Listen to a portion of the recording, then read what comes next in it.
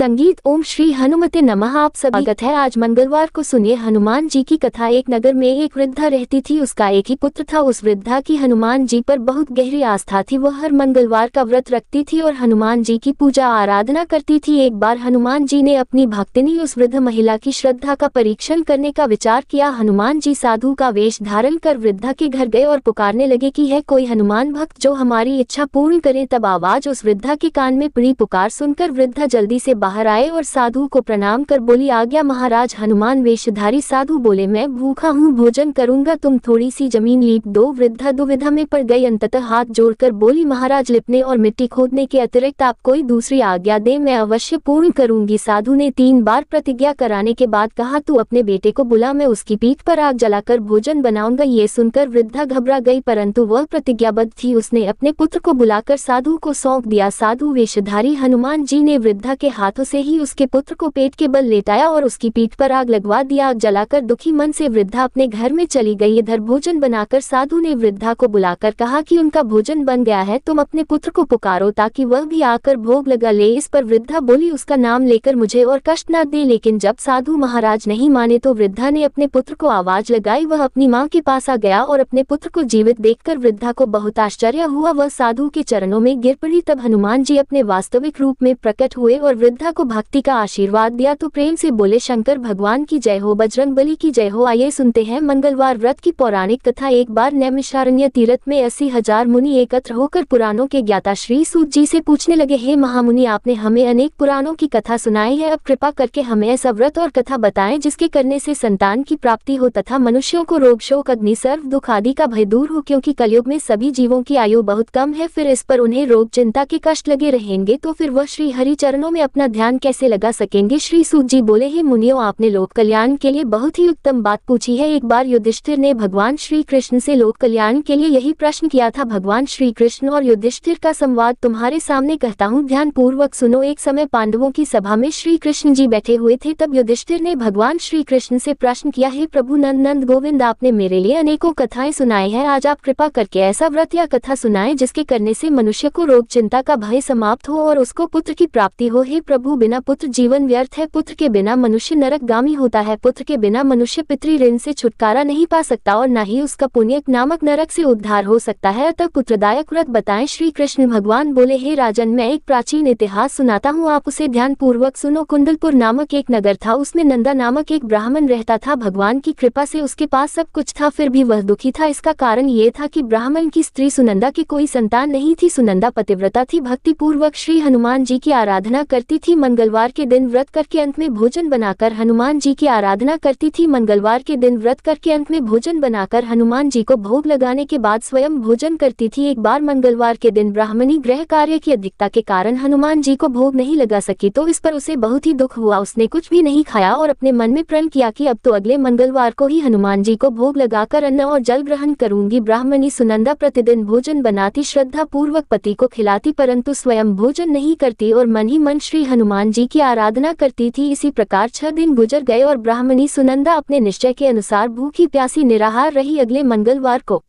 ब्राह्मणी सुनंदा प्रातः काल ही बेहोश होकर गिर पड़ी। ब्राह्मणी सुनंदा की इस असीम भक्ति के प्रभाव से श्री हनुमान जी बहुत प्रसन्न हुए और प्रकट होकर बोले, सुनंदा, मैं तेरी भक्ति से बहुत प्रसन्न हूँ, तू उठ और वर मांग। सुनंदा अपने आराध्य देव श्री हनुमान जी को देखकर आनंद की अधिकता से विवल होकर श्री हनुमान जी के चरणों में गिरकर बोली, हे प्रभु, मेरी कोई संतान नहीं है, कृपा करके पुत्र और कन्या प्रदान करें, आपकी अति कृपा होगी। श्री महावीर जी बोले, तेरी इच्छा पूर्ण होगी, तेरे एक कन्या पैदा होगी, उसके अष्टांग प्रतिदिन सोना दिया करेंगे। इस प्रकार कहकर श्री महावीर जी अंतर्ध्य हो गए। ब्राह्मणी सुनंदा बहुत हर्षित हुई और समाचार अपने पति से कहा। ब्राह्मण देव कन्या का वरदान सुनकर कुछ दुखी हुई, परंतु सोना मिलने की बात सुनी तो बहुत प्रसन्न हुए। उन्होंने विचार किया कि ऐसी कन्या के साथ मेरी निर्धनता भी समाप्त हो जाएगी। श्री हनुमान जी की कृपा से वह ब्राह्मणी गर्भवती हुई और 10वें महीने में उसे बहुत ही सुंदर पुत्री प्राप्त हुई। यह बच्ची अपने पिता के घर में ठीक उसी तरह से बढ़ने लगी जिस प्रकार शुक्ल पक्ष का चंद्रमा बढ़ता है। 10वें दिन ब्राह्मण ने उस बालिका का नाम नामकरण संस्कार कराया। उसके कुल पुरोहित ने उस बालिका का नाम रत्नावली रखा, क्योंकि यह कन्या सोना प्रदान किया करती थी। इस कन्या ने पूर्व जन्म में बड़े ही विधान से मंगल देव का व्रत किया था। रत्नावली का अष्टांग बहुत सा सोना देता था। उस सोने से नंदा ब्राह्मण बहुत ही धनवान हो गया। अब ब्राह्मणी सुनंदा भी बहुत अभिमान करने लगी थी। समय बीतता रहा। अब रत्नावली 10 वर्ष की हो चुकी थी। एक दिन जब नंदा ब्राह्मण प्रसन्नचित्त था, तब सुनंदा ने अपने पति से कहा, मेरी पुत्री रत्नावली विवाह के योग्य हो गई है, इसलिए आप कोई सुंदर और योग्य वर देखकर विवाह कर दे। ये सुनकर ब्राह्मण बोला, अभी तो रत्नावली बहुत छोटी है। तब ब्राह्मणी बोली, शास्त्रों की आज्ञा है कि कन्या 8वें वर्ष में गौरी, 9 वर्ष रोहिणी, 10 वर्ष में कन्या, इसके पश्चात रजस्वला हो जाती है। गौरी के दान से पाताल लोक की प्राप्ति होती है, रोहिणी के दान से बैकुंठ लोक की प्राप्ति होती है, कन्या के दान से इंद्रलोक में सुखों की प्राप्ति होती है। अगर हे पतिदेव रजस्वला का दान किया जाता है तो घोर नरक की प्राप्ति होती है। इस पर ब्राह्मण बोला, अभी तो रत्नावली मात्र 10 ही वर्ष की है और मैंने तो 16-16 साल की कन्याओं के विवाह कराए हैं, अभी जल्दी ही क्या है। तब ब्राह्मणी सुनंदा बोली, आपको तो लोभ अधिक हो गया है लगता है। अगर 11वें वर्ष में विवाह नहीं होता है तो उसमें मासिक धर्म के रक्त का पिता और बड़े भाई को पान करना पड़ता है। शास्त्रों में कहा गया है कि माता पिता और बड़ा भाई रजस्वला कन्या को देखते हैं तो वह अवश्य ही नरकगामी होते हैं। तब ब्राह्मण बोला, अच्छी बात है, कल मैं अवश्य ही योग्य वर की तलाश में अपना दूत भेजूंगा। दूसरे दिन ब्राह्मण ने अपने दूत को बुलाया और आज्ञा दी कि जैसी सुंदर मेरी कन्या है वैसा ही सुंदर वर उसके लिए तलाश करो। दूत अपने स्वामी की आज्ञा पाकर निकल पड़ा। पंप नगरी में उसने एक सुंदर लड़के को देखा। यह बालक एक ब्राह्मण परिवार का बहुत गुणवान पुत्र था। इसका नाम सोमेश्वर था। दूत ने इस सुंदर और गुणवान ब्राह्मण पुत्र के बारे में अपने स्वामी को पूर्ण विवरण दिया। ब्राह्मण नंदा को भी सोमेश्वर अच्छा लगा और फिर एक शुभ मुहूर्त में विधि पूर्वक कन्यादान करके ब्राह्मण संतुष्ट हुए, परंतु ब्राह्मण के मन में तो लोभ समाया हुआ था। उसने कन्यादान तो कर दिया था पर वह बहुत ही खिन्न था। उसने विचार किया कि रत्नावली तो अब चली जाएगी और मुझे इससे जो सोना मिलता था वह अब मिलेगा नहीं। मेरे पास जो धन था कुछ तो इसके विवाह में खर्च हो गया और जो शेष बचा है वह भी कुछ दिनों के बाद समाप्त हो जाएगा। मैंने तो इसका विवाह करके बहुत बड़ी भूल कर दी है। अब कोई ऐसा उपाय हो कि रत्नावली मेरे घर में ही बनी रहे, अपनी ससुराल ना जाए। लोभ रूपी राक्षस ब्राह्मण के मस्तिष्क पर छाता जा रहा था। रात भर अपनी शैया पर बेचैनी से करवटें बदलते बदलते उसने एक बहुत ही क्रूर निर्णय लिया। उसने विचार किया कि जब रत्नावली को उसका पति सोमेश्वर अपने घर के लिए जाएगा तो वह मार्ग में छिपकर सोमेश्वर का वध कर देगा और अपनी लड़की को अपने घर ले आएगा, जिससे नियमित रूप से उसे सोना भी मिलता रहेगा और समाज का कोई मनुष्य उसे दोष भी नहीं दे सकेगा। जब अगले दिन सुबह हुई तो नंदा और सुनंदा ने अपनी जमाई तथा लड़की को बहुत सारा धन देकर विदा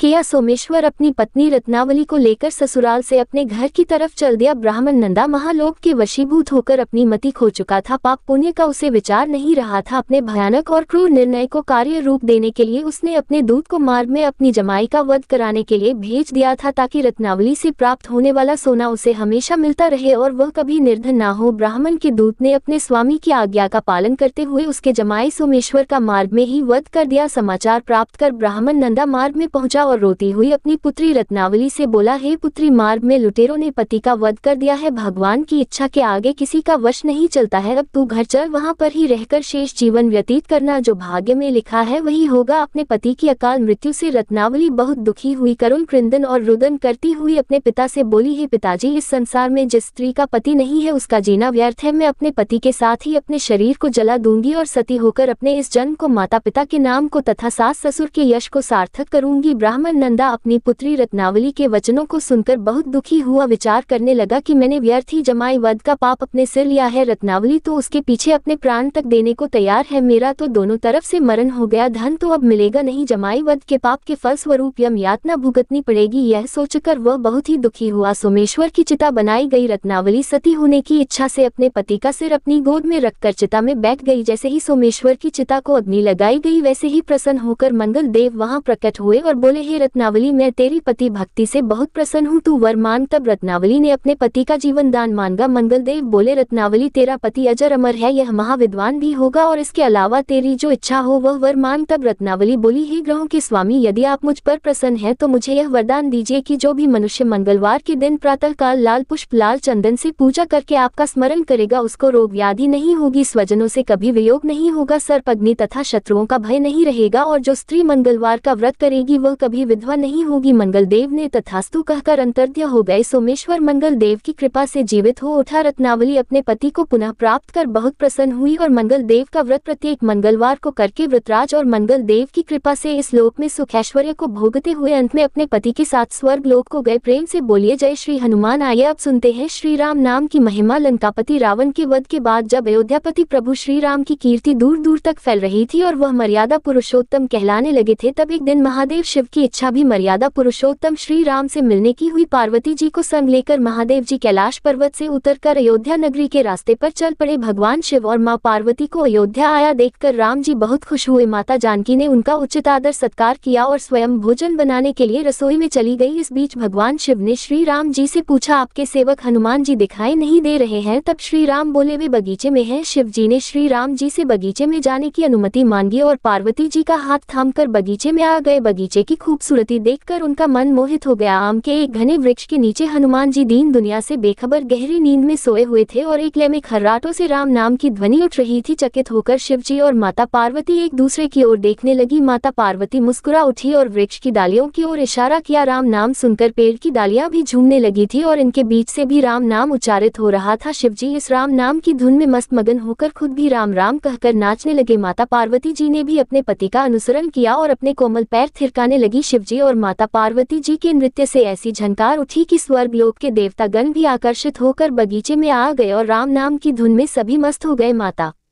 जानकी भोजन तैयार करके प्रतीक्षा कर रही थी, परंतु संध्या गिरने पर भी अतिथि नहीं पधारे। तब अपने देवर लक्ष्मण जी को बगीचे में भेजा। लक्ष्मण जी तो स्वयं को श्री राम का सेवक ही मानते थे, इसलिए बगीचे में आकर जब उन्होंने धरती पर स्वर्ग का नजारा देखा तो स्वयं भी राम नाम की धुन में झूम उठे। महल में माता जानकी जी परेशान हो रही थी कि अभी तक भोजन ग्रहण करने कोई भी क्यों नहीं आया। उन्होंने श्री राम जी से कहा, भोजन ठंडा हो रहा है, चलिए हम ही जाकर बगीचे में से सभी को ले आए। तब जब राम जी बगीचे में गए तो वहाँ राम नाम की धूम मची हुई थी। हनुमान जी गहरी नींद में सोए हुए थे और उनके खर्राटों से अभी तक राम नाम ही निकल रहा था। श्री राम भाव विह्वल हो उठे। राम जी ने हनुमान जी को नींद से जगाया और प्रेम से उनकी तरफ निहारने लगे। हनुमान जी प्रभु को आया देखकर शीघ्रता से उठकर खड़े हो गए। नृत्य की सभा भंग हो गई। शिव जी खुले कंठ से हनुमान जी की राम भक्ति की सराहना करने लगे। हनुमान जी सकुचाए लेकिन मन ही मन खुश हो रहे थे। श्री सियाराम ने भोजन करने का आग्रह भगवान शिव जी से किया। सभी लोग महल में भोजन करने के लिए चल पड़े। माता जानकी जी भोजन परोसने लगी। हनुमान जी को भी श्री राम जी ने पंक्ति में बैठने का आदेश दिया। हनुमान जी बैठ तो गए, परंतु आदत ऐसी थी कि राम जी के भोजन परोसने के उपरांत ही सभी लोग भोजन करते थे। आज श्री राम के आदेश से पहले भोजन करना पड़ रहा था। माता जानकी हनुमान जी को भोजन परोसती जा रही थी, परंतु हनुमान जी का पेट ही नहीं भर रहा था। सीता जी कुछ समय तक तो उन्हें भोजन परोसती रही, फिर समझ गई कि इस तरह से तो हनुमान जी का पेट नहीं भरेगा। उन्होंने तुलसी के एक पत्ते पर राम नाम लिखा और भोजन के साथ हनुमान जी को परोस दिया। तुलसी पत्र खाते ही हनुमान जी को संतुष्टि मिली और वह भोजन खाकर उठकर खड़े हो गए। भगवान शिव शंकर ने प्रसन्न होकर हनुमान जी को आशीर्वाद दिया कि आपकी राम भक्ति युगों युगों तक याद की जाएगी और आप संकट मोचन के नाम से जाने जाएंगे। आइए अब सुनते हैं राम नाम की महिमा की दूसरी कहानी। महादेव जी को एक बार बिना कारण के किसी को प्रणाम करते देखकर पार्वती जी ने पूछा, आप किसको प्रणाम करते रहते हैं? तब शिव जी ने अपनी धर्मपत्नी पार्वती जी से कहा कि हे देवी, जो व्यक्ति एक बार राम कहता है उसे मैं 3 बार प्रणाम करता हूँ। पार्वती जी ने एक बार शिव जी से पूछा, आप शमशान में क्यों जाते हैं और यह चिता की भस्म शरीर पर क्यों लगाते हैं? उसी समय शिव जी पार्वती जी को शमशान ले गए। वहाँ एक शव अंतिम संस्कार के लिए लाया गया। लोग राम नाम सत्य है कहते हुए शव को ला रहे थे। शिव जी ने कहा कि देखो पार्वती, इस शमशान की ओर जब लोग आते हैं तो राम नाम का स्मरण करते हुए आते हैं और इस शव के निमित्त से कई लोगों के मुख से मेरा अति प्रिय दिव्य राम नाम निकलता है। उसी को सुनने मैं शमशान में आता हूँ और इतने लोगों के मुख से राम नाम का जप करवाने में निमित्त बनने वाले इस शव का मैं सम्मान करता हूँ, प्रणाम करता हूँ और अग्नि में जलने के बाद उसकी भस्म को अपने शरीर पर लगा लेता हूँ। राम नाम बुलवाने वाले के प्रति मुझे इतना प्रेम है। एक बार शिव जी कैलाश पर पहुंचे और पार्वती जी से भोजन मांगा। तब पार्वती जी विष्णु सहस्त्र नाम का पाठ कर रही थी। पार्वती जी ने कहा, अभी पाठ पूरा नहीं हुआ है, कृपया थोड़ी देर प्रतीक्षा कीजिए। तब शिव जी ने कहा कि इसमें तो समय और श्रम दोनों लगेंगे। संत लोग जिस तरह से सहस्त्र नाम को छोटा कर लेते हैं और नित्य जपते हैं, वैसा उपाय कर लो। तो पार्वती जी ने पूछा कि वो उपाय कैसे करते हैं, मैं सुनना चाहती हूँ। तो शिव जी ने बताया, केवल एक बार राम कह लो, तुम्हें सहस्त्र नाम भगवान के 1000 नाम लेने का फल मिल जाएगा। एक राम नाम 1000 दिव्य नामों के समान है। तब पार्वती जी ने वैसा ही किया। भगवान बोले, श्री राम राम रामेति रमे रामे मनोरमे सहस्त्र नाम तत्तुल्यम राम नाम वरान्य। ये राम नाम सभी आपदाओं को हरने वाला, सभी संपदाओं को देने वाला दाता है, सारे संसार को विश्राम या शांति प्रदान करने वाला है। इसलिए मैं इसे बार बार प्रणाम करता हूँ। भवसागर की सभी समस्याओं और दुखों के बीजों को भूंज के रख देने वाला, समूल नष्ट कर देने वाला, सुख संपत्तियों को अर्जित करने वाला, यमदूतों को खदेड़ने वाला केवल राम नाम का जप है। इसलिए प्रयास पूर्वक स्वयं भी राम नाम जपते रहना चाहिए और दूसरों को भी प्रेरित करके राम नाम जपना चाहिए। इससे अपना और दूसरों का तुरंत कल्याण हो जाता है। यही सबसे सुलभ और अचूक उपाय है।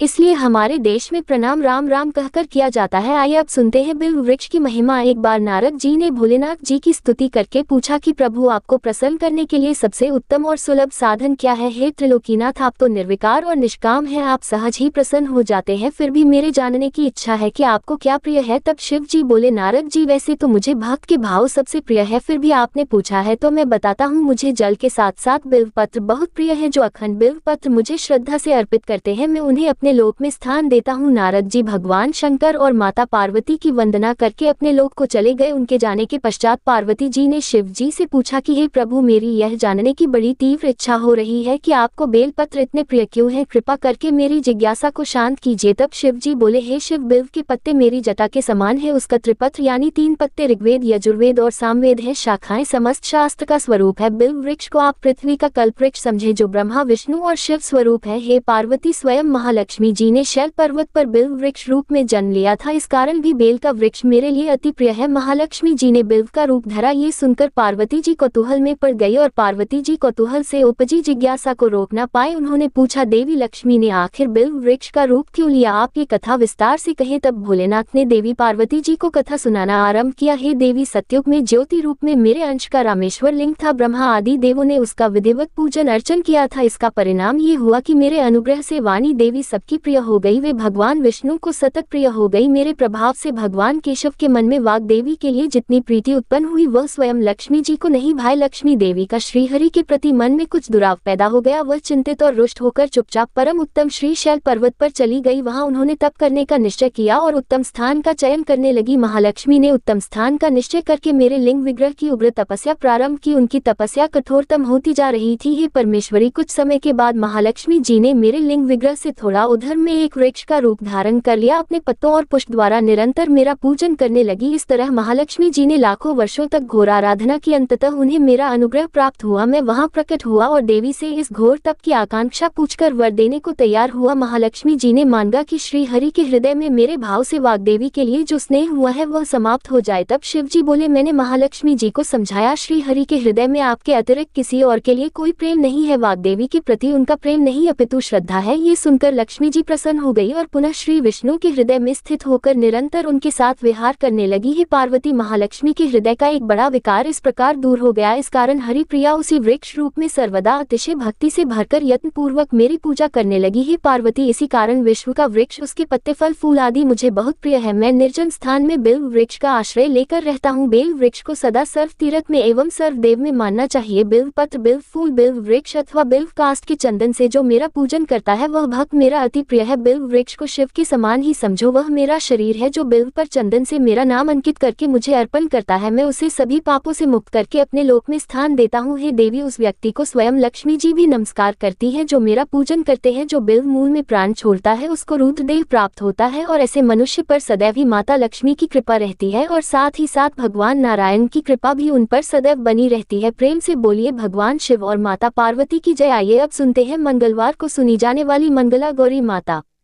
की पौराणिक कथा। कुरु देश में श्रुत कीर्ति नामक एक विद्वान, कीर्तिशाली, शत्रुओं का नाश करने वाला, 64 कलाओं का ज्ञाता तथा धनुर्विद्या में कुशल राजा हुआ था। पुत्र के अलावा अन्य सभी शुभ चीजें उस राजा के पास थी, इसलिए वह राजा संतान के विषय में अत्यंत चिंतित हुआ और जब ध्यान पूर्वक देवी की आराधना करने लगा तब उसकी कठोर तपस्या से देवी प्रसन्न हो गई और उससे यह वचन बोली कि हे सुव्रत, वर मांगो। तब श्रुत कीर्ति बोला, हे देवी, यदि आप मुझ पर प्रसन्न हो तो मुझे सुंदर पुत्र दीजिए। हे देवी, आपकी कृपा से अन्य किसी भी वस्तु का अभाव नहीं है। तब उसका यह वचन सुनकर पवित्र मुस्कान वाली देवी ने कहा, राजन, तुमने अत्यंत दुर्लभ वर मांगा है, फिर भी कृपा वर्ष मैं तुम्हें अवश्य दूंगी। किंतु हे राजन सुनिए, यदि परम गुण पुत्र चाहते हो तो वह केवल 16 वर्ष तक जीवित रहेगा, और यदि रूप तथा विद्या से पुत्र चाहते हो तो दीर्घजीवी होगा। देवी का ये वचन सुनकर राजा चिंतित हो उठा और पुनः अपनी पत्नी से परामर्श करके उसने गुणवान तथा सभी शुभ लक्षणों से संपन्न 16 वर्ष की आयु वाला पुत्र मांगा। तब देवी ने भक्ति संपन्न राजा से कहा, हे नृपनंदन, मेरे मंदिर के द्वार पर आम का वृक्ष है, उसका एक फल लाकर मेरी आज्ञा से अपनी पत्नी को उसे भक्षण हेतु प्रदान करो, जिससे वह शीघ्र ही गर्भ धारण करेगी, इसमें संदेह नहीं है। प्रसन्न होकर राजा ने वैसा ही किया और उसकी पत्नी ने गर्भ धारण कर लिया। 10वें महीने में उसने देवतुल्य सुंदर पुत्र को जन्म दिया। तब हर्ष तथा शोक से युक्त राजा ने बालक का जातकर्म आदि संस्कार किया और शिव का स्मरण करते हुए उसका नाम चिरायु रखा। इसके बाद पुत्र के 16 वर्ष के होने पर पत्नी सहित राजा चिंता में पड़ गए और वे विचार करने लगे कि यह पुत्र बड़े कष्ट से प्राप्त हुआ है और मैं इसकी दुखद मृत्यु अपने ही सामने कैसे देख सकूंगा। ऐसा विचार करके राजा ने पुत्र को उसके मामा के साथ काशी भेज दिया। प्रस्थान के समय राजा की पत्नी ने अपने भाई से कहा कि आप मेरे पुत्र को काशी ले जाए। मैंने भगवान मृत्युंजय से पूर्व में पुत्र के लिए प्रार्थना की थी और कहा था कि हे विश्वेश, आप जगतपति की यात्रा के लिए मैं उस पुत्र को अवश्य भेजूंगी, अतः आप मेरे पुत्र को आज ही ले जाए और सावधानी पूर्वक इसकी रक्षा कीजिएगा। अपनी बहन की यह बात सुनकर भांजे के साथ वह चल पड़ा। कई दिनों तक चलते चलते वह आनंद नामक नगर में पहुंचा। वहां सभी प्रकार की समृद्धियों से संपन्न वीरसेन नाम वाला राजा रहता था। उस राजा की एक सर्वलक्षण संपन्न युवावस्था प्राप्त मनोहर और रूप लावण्यमयी मंगला गौरी नामक कन्या थी। उत्तम सौंदर्य अभिवृद्धि को प्राप्त वह कन्या किसी समय सखियों के साथ नगर के उपवन में क्रीड़ा करने के लिए गई हुई थी। उसी समय वह चिरायु तथा उसका मामा वे दोनों भी वहां पहुंच गए और उन कन्याओं को देखने की लालसा से वही विश्राम करने लगे। इसी बीच विनोद पूर्वक क्रीड़ा करती हुई उन कन्याओं में से किसी एक ने कुपित होकर राजकुमारी को राना ये को वचन कह दिया। तब उस अशुभ वचन को सुनकर राजकुमारी ने कहा कि तुम अनुचित बातें क्यों बोल रही हो, मेरे कुल में तो इस प्रकार की कोई नहीं है। मंगला गौरी की कृपा से तथा उनके व्रत के प्रभाव से विवाह के समय जिसके सर पर मेरे हाथ से अक्षत पड़ेंगे, हे सखी, वही यदि अल्पायु वाला भी होगा तो भी चिरंजीवी हो जाएगा। इसके बाद वे सभी कन्याएं अपने अपने घर चली गई। उसी दिन राजकुमारी का विवाह था। बालिक देश के दृढ़ नामक राजा के सुकेत नाम वाले पुत्र के साथ उसका विवाह निश्चित किया गया था। वह सुकेत विद्याहीन, कुरूप तथा बहरा था। तब सुकेत के साथ आए हुए उन लोगों ने विचार किया कि इस समय कोई दूसरा श्रेष्ठ वर ले जाना चाहिए और विवाह संपन्न हो जाने के बाद वहां सुकेत पहुंच जाए। तो उन लोगों ने चिरायु के मामा के पास जाकर याचना की कि आप इस बालक को हमें दे दीजिए, जिससे हमारा कार्य सिद्ध हो जाए। इस पृथ्वी पर परोपकार के समान दूसरा कोई धर्म नहीं है। तब उनकी बात सुनकर चिरायु का मामा मन ही मन बहुत प्रसन्न हुआ, क्योंकि इसने उपवन में पहले ही कन्या मंगला गौरी की बात सुन ली थी। फिर भी उसने एक बार कहा कि आप लोग इसे किस लिए मांग रहे हैं? कार्य की सिद्धि हेतु वस्त्र अलंकार आदि मांगे जाते हैं, वर तो कहीं भी नहीं मांगा जाता। तथापि आप लोगों का सम्मान रखने के लिए मैं इसे दे रहा हूँ। इसके बाद चिरायु को वहां ले जाकर उन लोगों ने विवाह संपन्न कराया। सप्तपदी आदि के हो जाने पर रात्रि में शिव पार्वती की प्रतिमा के समक्ष उस चिरायु ने हर्षयुक्त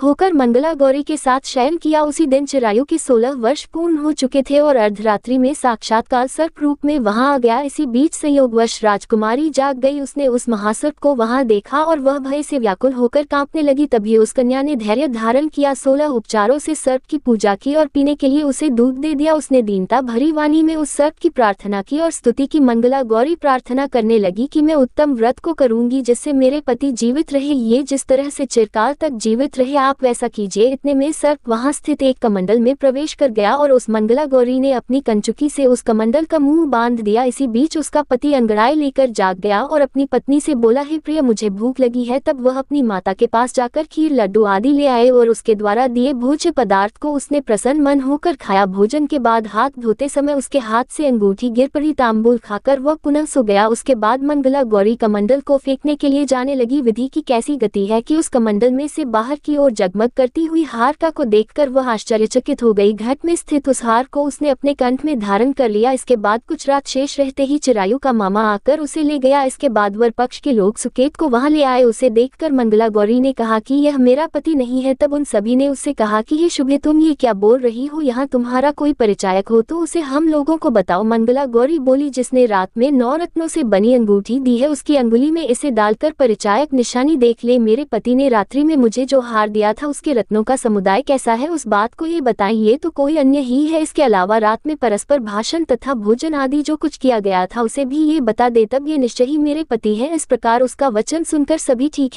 है कहने लगे, किंतु जब एक भी बात ना मिली तब सभी ने सुकेत को उसका पति होने से निषिद्ध कर दिया और वर पक्ष वाले जिस तरह से आए थे उसी तरह से चले गए। उसके बाद अपने वंश को बढ़ाने वाली महान यश से संपन्न तथा परम मनस्वी मंगला गौरी के पिता ने अन्नपान आदि का सत्र चलाया। उन्होंने वर पक्ष का वृतांत कानो कान सुन लिया कि स्वरूप से कुरूप होने के कारण लोगों के द्वारा किसी अन्य को वर के रूप में आदर पूर्वक लाया गया था। तब उन्होंने अपनी कन्या को पर्दे के भीतर बिठा दिया। उसके बाद 1 वर्ष बीतने पर यात्रा करके चिरायु अपने मामा के साथ ये देखने आया कि विवाह के बाद वहाँ क्या हुआ। तब भीतर से उसे देखकर वह मंगला गौरी अत्यंत प्रसन्न हुई और माता पिता से बोली कि मेरे पति आ गए हैं। तब राजा ने अपने स्वजनों को बुलाकर पूर्व में कहे गए सभी परिचायकों को निशानी को देकर मंद मुस्कान वाली अपनी कन्या चिरायु को सौंप दी। राजा ने शिष्ट जनों को साथ लेकर विवाह का उत्सव कराया। इसके बाद राजा वीरसेन ने वस्त्र आभूषण आदि सेना घोड़े रथ और अन्य भी बहुत सी सामग्रियां देकर उन्हें विदा किया। उसके बाद कुल को आनंदित करने वाला वह चिरायु पत्नी तथा मामा को साथ लेकर सेना के साथ अपने नगर पहुंचा। लोगों के मुख से उसे आया हुआ सुनकर उसके माता पिता को विश्वास नहीं हुआ। उन्होंने सोचा कि प्रारब्ध अन्यथा कैसे हो सकता है। इतने में वह अपने माता पिता के पास आ गया और स्नेह से परिपूर्ण वह चिरायु भक्ति पूर्वक उनके चरणों में गिर पड़ा। तब अपने पुत्र का मस्तक सूंघकर उन दोनों ने परम आनंद प्राप्त किया। पुत्र वधू मंगला गौरी ने भी सास ससुर को प्रणाम किया। तब सास उसे अपनी गोद में बिठाकर सारा वृतांत शीघ्रता पूर्वक पूछने लगी, हे महामुनि। तब पुत्र वधू ने भी मंगला गौरी के उत्तम व्रत महात्म्य तथा जो कुछ घटित हुआ था वह सब वृतांत बताया। जो कोई भी इसका श्रवण करता है या जो इसे कहता है उसके सभी मनोरथ पूर्ण हो जाते हैं, इसमें संदेह नहीं है। प्रेम से बोलिए मंगला गौरी माता की जय हो। आपको यह मंगलवार व्रत कथा अच्छी लगी हो तो वीडियो को लाइक करिएगा, शेयर करिएगा और हमारे हिंदी स्टोरी चैनल को भी सब्सक्राइब करिएगा। इसी के साथ आजा।